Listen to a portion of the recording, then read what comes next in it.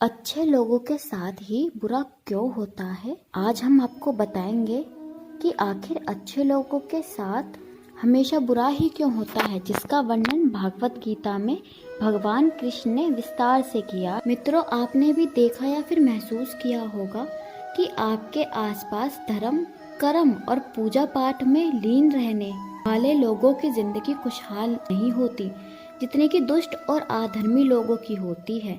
और यह सब देखकर आपके भी मन में कभी ना कभी यह सवाल जरूर उठा होगा कि आखिर अच्छे लोगों के साथ बुरा क्यों होता है। परंतु आज के अधिकतर जनमानस इस रहस्य के बारे में नहीं जानते, जिसका सबसे बड़ा कारण यह है कि धर्म ग्रंथ को सही से या तो पढ़ते नहीं या फिर उसमें लिखी बातों पर विश्वास नहीं करते। वीडियो में हम आपको बताएंगे कि आखिर अच्छे लोगों के साथ बुरा क्यों हो, जिसका वर्णन भागवत गीता में भगवान कृष्ण ने विस्तार से किया है। तो मित्रों, नमस्कार और स्वागत है आपका मेरे चैनल पर। स्वागत है। वीडियो शुरू करने से पहले हम बताना चाहते हैं कि वीडियो लास्ट तक जरूर देखें, और आप हमारे चैनल पर नए हैं तो लाइक, कमेंट और सब्सक्राइब जरूर कर लिए। तो चलिए जानते हैं।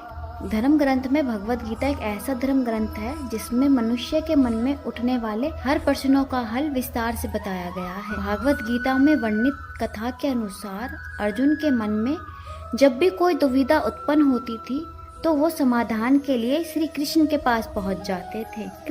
एक दिन की बात है, अर्जुन भगवान श्री कृष्ण के पास आए। उनसे बोले कि हे वासुदेव, एक दुविधा ने घेर लिया है और इसका समाधान आप ही बता सकते हैं। तब श्री कृष्ण ने अर्जुन से कहा, धनंजय, अपने मन की दुविधा विस्तार से बताओ, तब मैं तुम्हें उसका हल बताऊंगा। तब अर्जुन बोले, हे नारायण, कृपया करें, मुझे यह बताएं कि अच्छे लोगों के साथ हमेशा बुरा ही क्यों होता है, जबकि बुरे लोग हमेशा खुशहाल दिखते हैं। उनके मुख से ऐसी बात सुनकर श्री कृष्ण मुस्कुराते हुए बोले कि हे पार्थ, मनुष्य जैसा होता है या फिर महसूस करता है, वास्तव में वैसा कुछ नहीं होता, बल्कि अज्ञानता व सच्चाई को समझ नहीं पाता। श्री कृष्ण की बातें सुनकर अर्जुन हैरान हो गए और बोले कि हे नारायण, आप क्या कहना चाहते हैं, मेरी समझ नहीं आया। तब श्री कृष्ण बोले, मैं तुम्हें एक कथा सुनाता हूँ। जानने के बाद तुम समझ जाओगे कि हर एक प्राणी को उसके कर्म के हिसाब से ही फल मिलता है। जो बुरा कर्म करता है उसे बुरा फल मिलता है, और जो अच्छे कर्म करता है उसे अच्छा फल मिलता है। अच्छे कर्म और बुरे कर्म तो मनुष्य पर निर्भर करते हैं, को अपनी राह चुनने का मौका देती है। अब इसका फैसला करना कि वह किस राह पर चले मनुष्य की इच्छा पर निर्भर करता है। फिर कथा सुनाते हुए श्री कृष्ण बोले, बहुत समय पहले की बात है, नगर में दो पुरुष रहा करते थे। उनमें से एक पुरुष व्यापारी था जिसके लिए अपने जीवन में धर्म और नीति बहुत ही एकता थी। वो पूजा पाठ और भगवान की भक्ति में हमेशा बहुत विश्वास करता था। चाहे कुछ भी हो, वो मंदिर जाता, कभी भूलता नहीं। दान धर्म कार्य में किसी प्रकार की कमी ना रखता। कुछ भी हो जाए, वह नित्य भगवान की पूजा किया करता।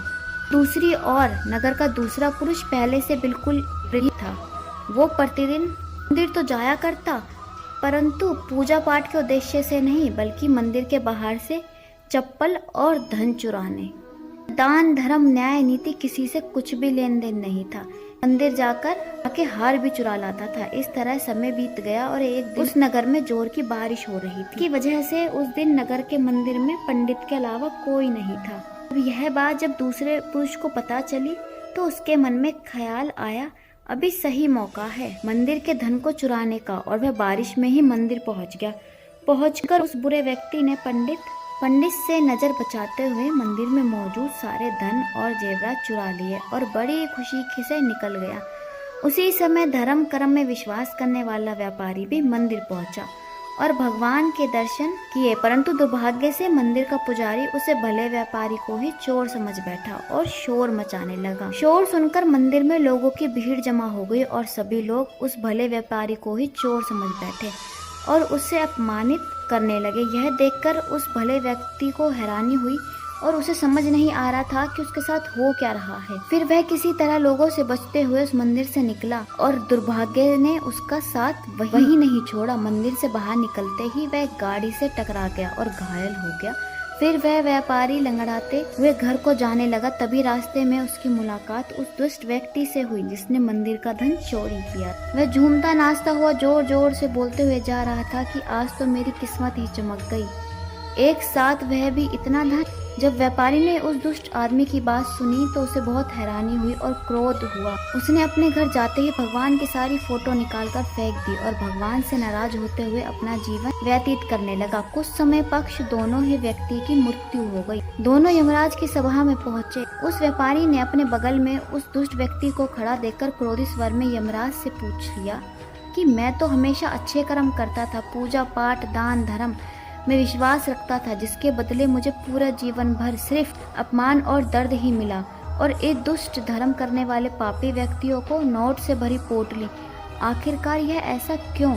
इस पर यमराज ने उस व्यापारी को बताया कि पुत्र, तुम गलत सोच रहे हो। जिस दिन तुम्हें गाड़ी से टक्कर लगी, वास्तव में उस दिन तुम्हारे जीवन का आखिरी दिन था, परंतु तुम्हारे अच्छे किए गए कर्मों के कारण ही तुम्हारी मृत्यु एक छोटी सी चोट में परिवर्तित हो गई। इस दुष्ट व्यक्ति के बारे में जानना चाहते हो तो पुत्र, दरअसल इसके भाग्य में राजयोग था, जो कि इसे दुष्कर्म और धर्म के कारण एक छोटे से धन की पोटली में परिवर्तित हो गया। श्री कृष्ण अर्जुन को यह कथा सुनाने के बाद कहते हैं कि हे पार्थ, क्या तुम्हें अब तुम्हारे प्रश्न का उत्तर मिल पाया? ऐसा सोचना कि भगवान लोगों के अच्छे कर्मों को नजरअंदाज कर रहा है, यह बिल्कुल भी सत्य नहीं। भगवान हमें क्या किस रूप में दे रहा है यह मनुष्य की समझ में नहीं आता, लेकिन अगर आप अच्छे कर्म करते हैं तो भगवान की कृपा सदैव आप पर बनी रहती है। तो मित्रों, इस कहानी से पता लगता है कि आपको कभी भी अपने कर्मों को बदलना नहीं चाहिए, क्योंकि आपके कर्मों का फल आपको इसी जीवन में मिलता है, बस आपको उसका पता नहीं चलता।